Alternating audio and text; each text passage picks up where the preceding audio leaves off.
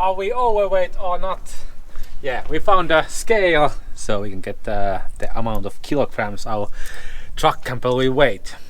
Maximum is 3,250 kilograms, so we should be lower than that.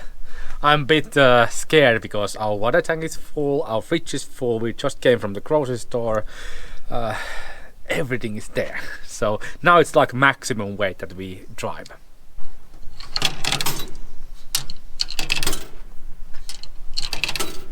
Dun, dun, dun, dun, dun, dun. 3,080 kilograms. That is good, because 2 persons we weigh like 150 kilograms. We are not overweight. 3,080 kilograms. I was thinking about 3,200 without us. Voiko se olla totta? Yeah. Miten se on noin alhainen? Mä en usko. Because we are minimalists. That's why it's so low. We don't have any extra. We don't have anything there. We just have our computers and us and food and water, and that's it. And we throw away a lot of stuff every 3 months. That's a great news. Really great news. 3,080 kilograms.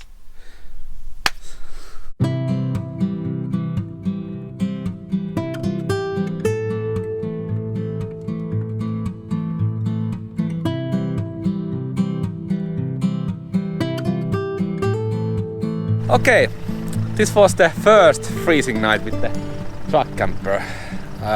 We have a diesel heater which is 2 kilowatt in maximum settings, and in a lowest setting it's 700 watts. And 700 watts was more than enough to keep the camper toasty.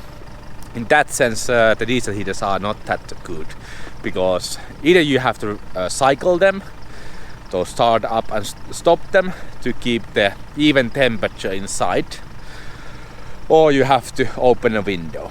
Usually open a window, because starting up a diesel heater takes a lot of battery power, so it's not a convenient way. That's why we love so much more the LPG heaters, because you can set the temperature to 21 and it will be there every night, every day, in every situation. When the diesel heater is a bit more complicated. It doesn't consume a lot of the diesel. Approximately maybe 3 or 4 deciliters of diesel went through during the whole night. And it was -6 or 7. So basically every time when we go through Spain and through these plains, we drive it in maybe in 2 days, because we love mountains more than plains. That's why these driving days are when we just drive from the south of Spain to northern Spain. And this time we decided to spend the night here.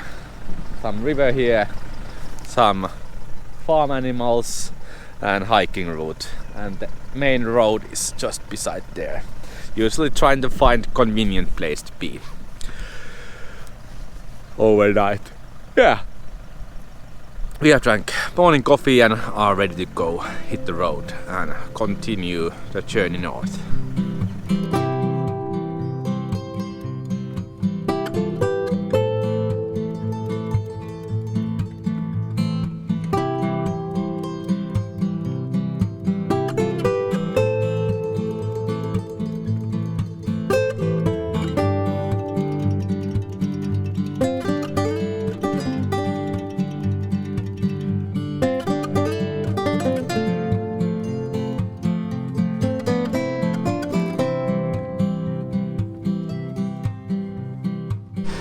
Since the last oil change, we have driven 7,000 kilometers or not, so we have tried to find a place where we can change the oils.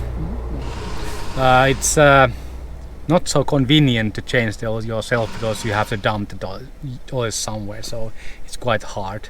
We found this truck service here in this town, and they will service and change the oil next day.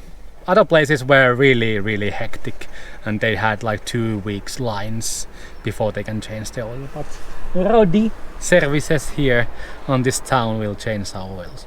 Navarra needs oil change every 5,000 kilometers when there's heavy load. We have this really heavy load on us, so we are trying to find and always change the oils every 5,000 kilometers. Yeah, it's a long way to Finland, too long way, and I'm already pondering if we drive straight from here to Greece or Italy and stay here in Southern Europe, because it's 3,500 kilometers to Travemünde, where we have to take a ferry that takes 3 days, so it's too long way. With these diesel prices, Yeah. fuel prices have skyrocketed because of the stupid wars. So even here in Spain, the diesel prices rocketed from 1.2 euros per liter to 1.8. Or 2 euros. Or 2 euros on the motorways. That's a lot. Yeah. But we got the oil change done tomorrow. It's really awesome.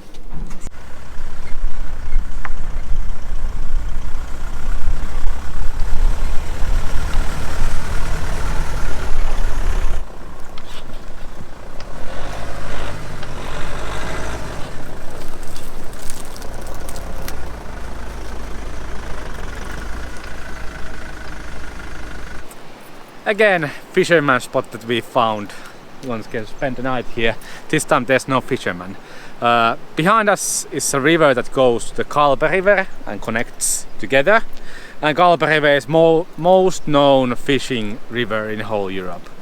There is this big, and I don't even lie, carps and catfish over there. My friend actually went there a couple of years ago and got this sized catfish.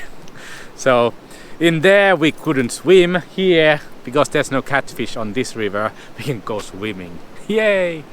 But good weathers. Now it's not gonna be freezing nights. It's like +8, so perfect in that sense.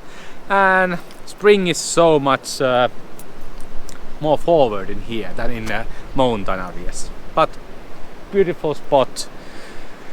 Beautiful river, good weathers, good camping.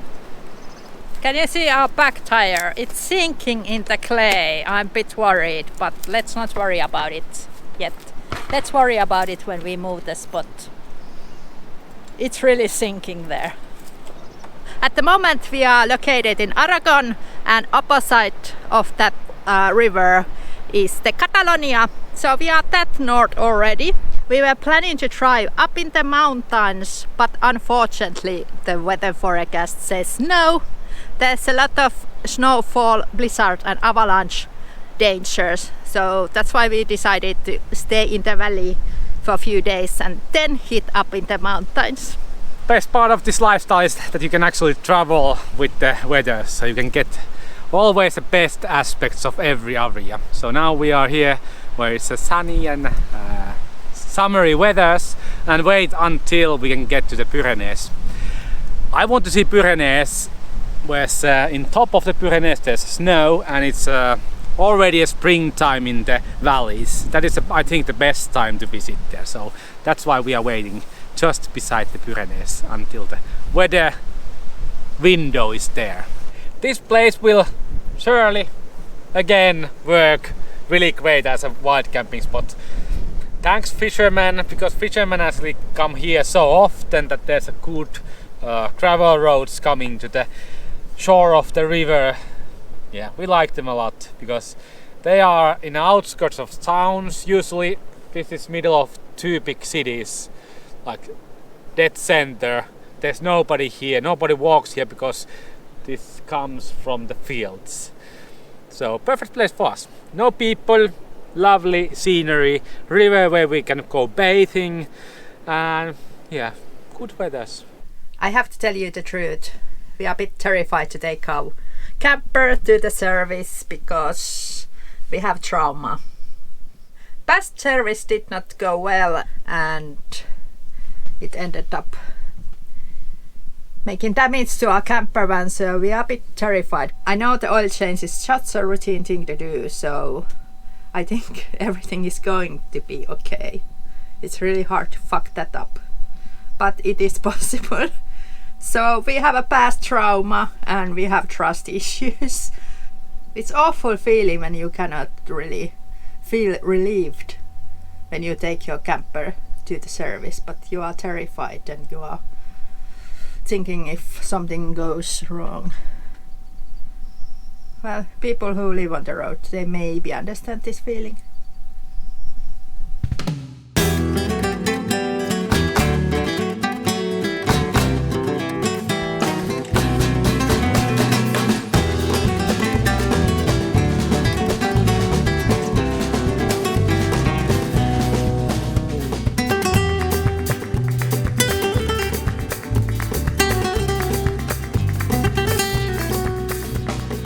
Good news, guys, the service is over and I think everything went okay. We are so glad. We are slowly gaining our trust again in the mechanics. Joni is checking out that everything is okay, and it seems like it is. We have a past trauma, so we are behaving like this.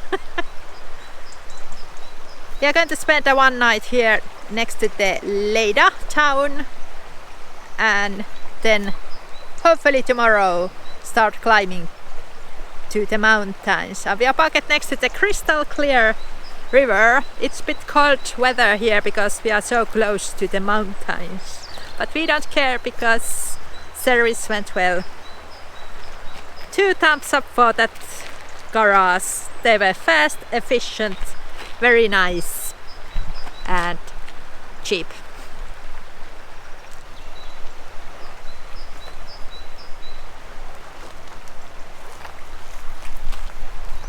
Yes, everything is okay. Just fine. Yes. We were lucky that we got actually the time to change the oil the next day. So I'm pleased. Now we can drive next 5,000 kilometers with the truck without any major services, hopefully. It's good to have a good serviced van. At the moment we own a really old truck, so it's more expensive to upkeep, but we don't have that much money on the truck anymore because it's so old. 21-year-old truck. It doesn't have any major issues. There's something that we have to take care of, but otherwise we have been quite pleased.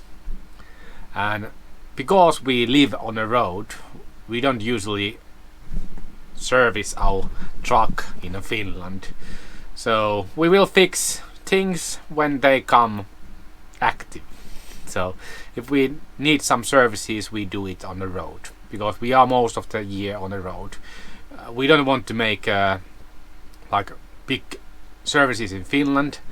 There's a couple of reasons for that, because we are most part of the year outside of Finland, and it's one of the most expensive countries to service your truck. Hourly rate on services starts from 80 euros per hour to 120 euros per hour. You can imagine you don't have to drive quite far from Finland to get much cheaper rates. So upkeeping the truck is more inexpensive in other countries. It's a big reason, and because we have only time, we don't need to do it in Finland. We can do it on the road.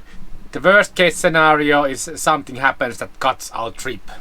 It doesn't matter us because we are not traveling, we are living on the road, and we are pleased in many situations, in many places. So if we would stuck in here for like 3 weeks on this little town, it wouldn't matter. It would be just nice. We would have 2 options: drop the camper, put it somewhere and spend the 3 weeks in the camper, or take an Airbnb in the area which is usually cheaper than going to the camping grounds. So there is also options, and we have only time, so it doesn't matter if our travels are slower. So what? And when we have this kind of peace of mind, we don't have to worry about our old truck breaking somewhere in distant country from Finland, because we know we have always options, and we don't have to worry about it, because we can drop the truck somewhere to service it. We can take Airbnb, and even in a worst case scenario, like our motor or the whole truck would be disaster, or we would need to get rid of it, it doesn't matter. We just take flights to Germany or Finland, buy a new truck, and come back wherever our camper is, reattach it, and continue the journey. Yeah, it'll pause again from living on a road, but we have been living on the road for 11 years. So if there's like 2 months of not living on a road, it's not a disaster at all. And that is the best part of this whole truck camper. When we detach the camper part and put it on some other cars, we don't have to start over the whole build. We can just put our home to another car and just continue. Only what it takes is time and of course some money. But life continues after that.